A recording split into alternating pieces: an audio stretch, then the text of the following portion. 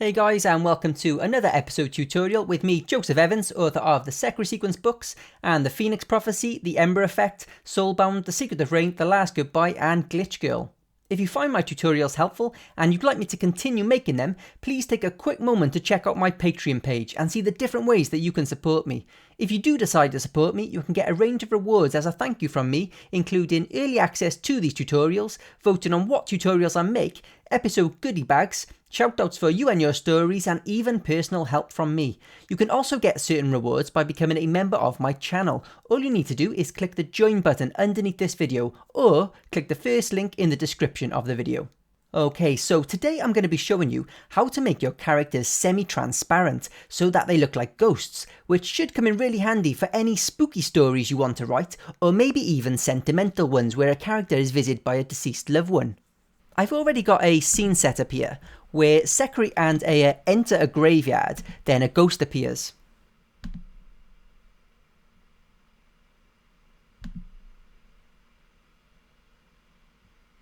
As much as I've tried to make the ghost look like a ghost by making her pale and having her wearing a white dress, she would look way more convincing if she was semi-transparent. Now, before I go any further, there is no official way to make characters semi-transparent, but I figured out a kind of hack, and that's what I'm going to be showing you in this video. Okay, the first thing I need to do to get this hack working is create an overlay version of whatever backgrounds that I'm using. I'm using Ext Graveyard Night. So let's open up the art catalogue, and I'll just do a search for that. If I type in Graveyard, there it is. And I'm going to click on it so it opens the large version, then control click and save image as. If you're using a Windows-based computer, this would be right click. And then I can save this anywhere on my computer. I'm just going to call it Graveyard.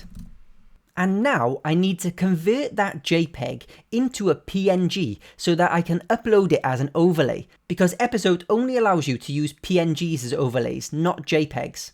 There are lots of ways you can convert JPEGs to PNGs. If you're using a Mac like me, then all you need to do is open up your JPEG in Preview, then go to File, Export, and select PNG where it says Format.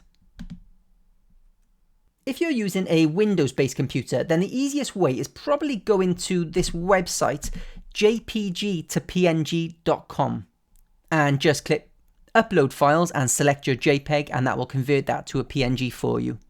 Okay, now that I've got my PNG, what I need to do is upload it to my account. So let's go back to the art catalogue, click on Overlays, upload it to your account, select image and select that PNG. And I'm just going to name this Graveyard.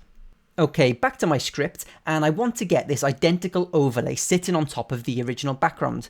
And to do that, it's easy. I just write the word with and then the overlay name, which was just simply Graveyard. And that is on the same line as the background name.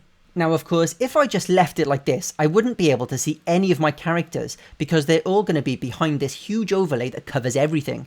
And here's where the magic comes in, with a mixture of layering and the overlay's opacity.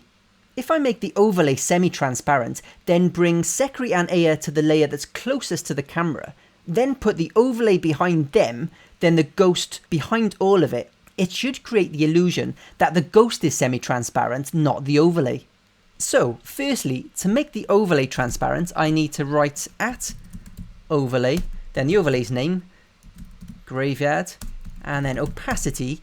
And to make something half transparent, it needs to be half of 1, so 0.5.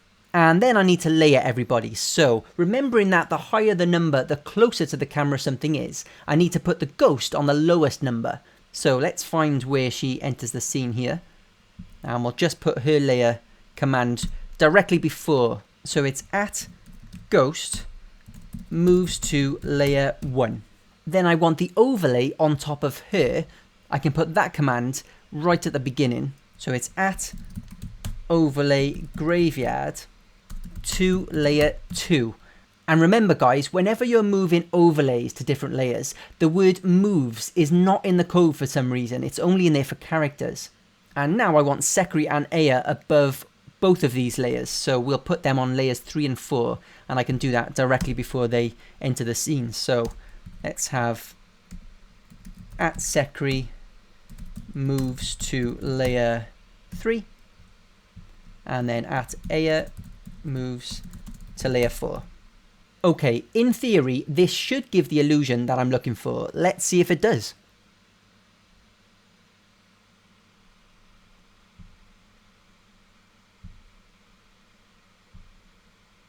Awesome, look at that, guys. She is now appearing to be semi-transparent, even though this is a hack and is the overlay the semi-transparent. Now, another cool thing is that you can control how see-through you want your ghost to be. The closer the number is to 0, the more opaque your ghost will look, and the closer it is to the number 1, the more transparent they'll look.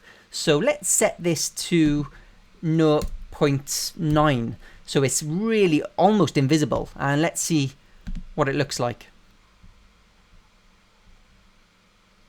Yeah, look at that, guys. You can just about see her. An even cooler thing is that the transparency can be animated. How about I have my ghost appear by floating in from nothing, then waving and fading away back to nothing after she's finished talking? First of all, I'm going to want to set this opacity to 1, so it's completely opaque, because I want the ghost to start off as completely invisible. And then I need to get some spot coordinates for where I want her to float in from. So directing helper, spot helper, and let's just have her kind of start over here somewhere. We'll copy those coordinates and replace the one that's already in the script. And because I want her to fade in at the same time as she's moving, I need to change the @ symbol on this second line to an ampersand instead. And then on the line directly underneath it, this is where I change the opacity. So at overlay graveyard, opacity 0.5 in 2, which is the same duration that she takes to get from this position to this position. Also, to make it look like she's floating rather than walking in the air, I'm going to need to have her performing an idle animation while she's walking. So to do that, I just put and ghost is idle, and we'll just have the arms crossed angry loop one maybe. Then to get her waving and disappearing at the end, let's go down to the bottom of our script and I'll have her perform the wave animation here. So at ghost, and because I want her to wave as she's fading out, I'm going to use the word starts instead of is, because if I use the word is, she would wave, then she would fade out, but I want it all to happen at the same time. So at ghost starts wave extreme, and then we'll change the opacity again. So at overlay graveyard, opacity 1 in 2. Remembering that setting the opacity to 1 will make her completely invisible again. Okay, let's have a look now.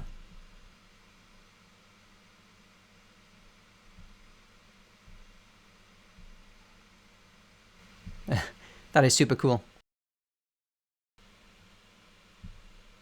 And there she goes. Perfect. Before I go, if you are going to use this in your stories, the preset stage positions like up screen left, screen center and all those, they mess up the layering of the characters. So if you're ever using layers for anything, then I would recommend spot directing everything like I've done in my script here. Otherwise your characters will be constantly popping out of the layers that you've put them in. Okay, that is it, guys. If this tutorial has helped you in any way, don't forget to subscribe to my channel so you don't miss any of the helpful tutorials that I've got coming up. And if you'd like to support me and get some exciting rewards like early access to these tutorials and personal help from me, head over to my Patreon page, patreon.com/author Joseph Evans, or click the join button underneath this video. If you have any questions about any of this, make sure to comment them down below, and if you know the answer to anyone else's questions in the comments, it would be great if you could give them a quick answer to help them out. Thank you so much for watching, guys. Good luck adding ghosts into your stories, and I will see you all in my next video.